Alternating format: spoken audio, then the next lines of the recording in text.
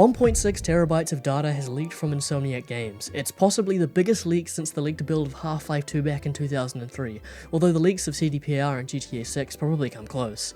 There's a whole bunch of information on the Wolverine game, the whole plot is leaked, gameplay footage and leaked builds, there's sales information about all of Insomniac's titles, projected release dates, concept art for a new Ratchet Clank game slated to release way too far in the future, and no, I can't do this. Call it clickbait if you want, but I can't talk about these leaks like this. What's even the point? All the information is already out there. If you wanted to find it, you could. So then, why the title? Why the thumbnail? I hope that long-time viewers trust that I have at least enough integrity to not so openly clickbait you like that. So there must be a point to this title and thumbnail, right? Well, yes, the point is that you clicked on it. And to be honest, I probably would have clicked on it too. I'm not going to take the high ground here. The first thing I did when my brother showed me the screenshot of the leaked roadmap was go and have a look at what was leaked.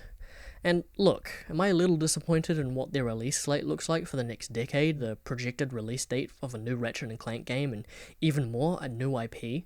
Well, yeah, but more importantly, so much of the discussion around this leak is yet another reminder that people have no idea how games are made, what happens at studios, and most importantly, that games are made by people with real lives that are going to be seriously and negatively affected by these leaks. So no, I'm not going to talk about what was leaked, but I do want to talk about the leak itself, and how we talk about it.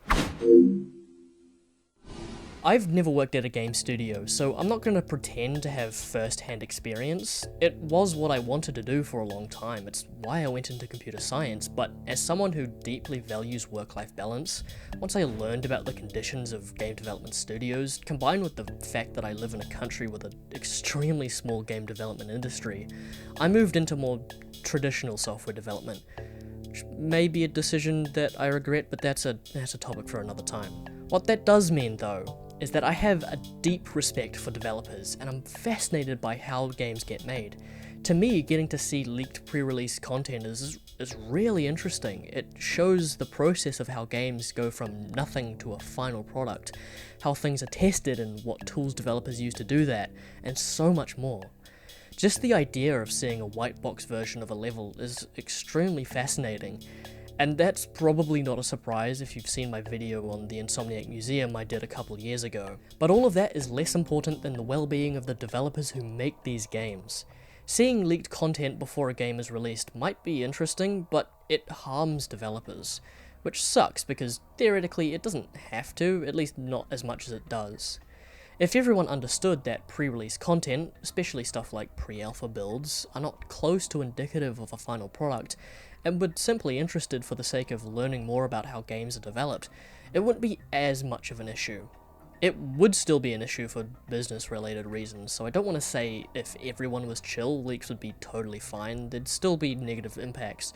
But I have to imagine that the impacts on the singular people wouldn't be as harmful, at least in the sense of leaked game content. Try and imagine this from the perspective of a single person at a studio that's just had a content leak. Say you're a level designer, or a gameplay programmer, or an environment artist, or a character artist, anything really. A bunch of work you've done, hard work, that isn't necessarily finished, is now out in the wild. And now you have hundreds, maybe thousands of people saying that your work, your unfinished work, that you might have made more revisions on, or were waiting for feedback because you knew it wasn't perfect, or you knew it didn't quite fit into the vision of the game, is being ridiculed, compared unfavourably to the work of your peers, potentially now having to be changed based on an audience reaction you didn't ask for. One that doesn't understand the full scope of the project because they've never seen it, haven't been discussing it with the project leads, don't have design documents or any amount of context for what your work is supposed to be. There are too many reasons to count for why something might be the way it is in a pre-alpha build, and no matter how much context the public thinks they get from a leak, it's never enough. A full script leaked? Doesn't matter. You don't know how that script will be interpreted in gameplay, how it will be paced, how the actors will interpret it and improvise and turn it into something different, if parts will be rewritten during development. You don't know, because you're not there. And yet, so much of how people discuss leaks is them extrapolating what the final product will be based on this extremely limited context. Even if the end product is very similar to a leak, that doesn't matter. because it didn't necessarily have to be. But all of this is ignoring the most important part of this leak, the thing that it seems so few are talking about. And it could be said that not discussing it is a good thing, that the less people know it's leaked, the less it can be used maliciously. So all I'll say is that the data leak poses a severe risk to the personal safety of possibly every employee of Insomniac Games, past and present. The lives of many of the industry's best developers has been put at serious risk, and all we can be bothered to talk about is how the new Wolverine game looks kinda like God of War. What really led me to make this video is when I saw this tweet from a former Insomniac employee about how they had their credit card frozen because of this leak. That's the real impact of this leak, that's what really matters, and this was someone that hadn't worked at the company for several years. Sure, we now have access to a bunch of internal data from Insomniac Games, but also contained in this leak is information that can be used to seriously harm the developers at Insomniac. And given the negative sentiment towards the company that the leaks have generated, that's even more scary to them, I'm sure. Whole families have been put at risk because some ransomware group wanted to make some money. This wasn't an expose, someone who wanted this information to be out there. This was an attack done maliciously and solely for profit.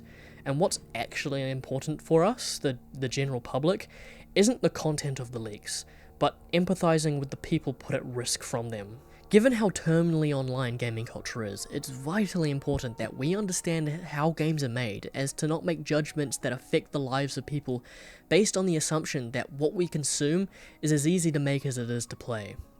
So how do you do that if you don't want to look through leaks? Well, I'm not going to pretend like I didn't look through the leaks. Again, I'm not going to take the high ground here, but what I think is more important is not sharing them, not discussing them in forums that are going to affect the developers.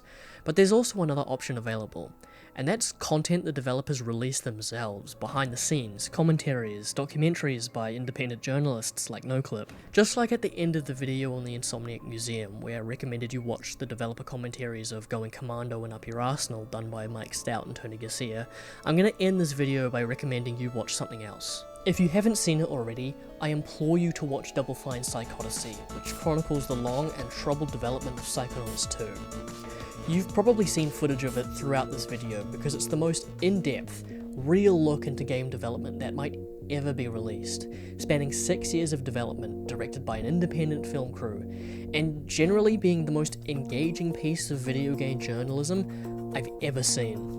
Yes, it is like 20 hours long, but it's episodic so you don't have to watch it all in one sitting, and it should be required reading for anyone even remotely interested in game development. I don't think it's possible for someone to watch it and not feel empathy towards any struggle a developer has. That's why I'm recommending it, because what's most important is that we understand that the Insomniac leak has affected the real lives of real developers, and we should empathize with that, rather than crucifying the unfinished work we're now able to see.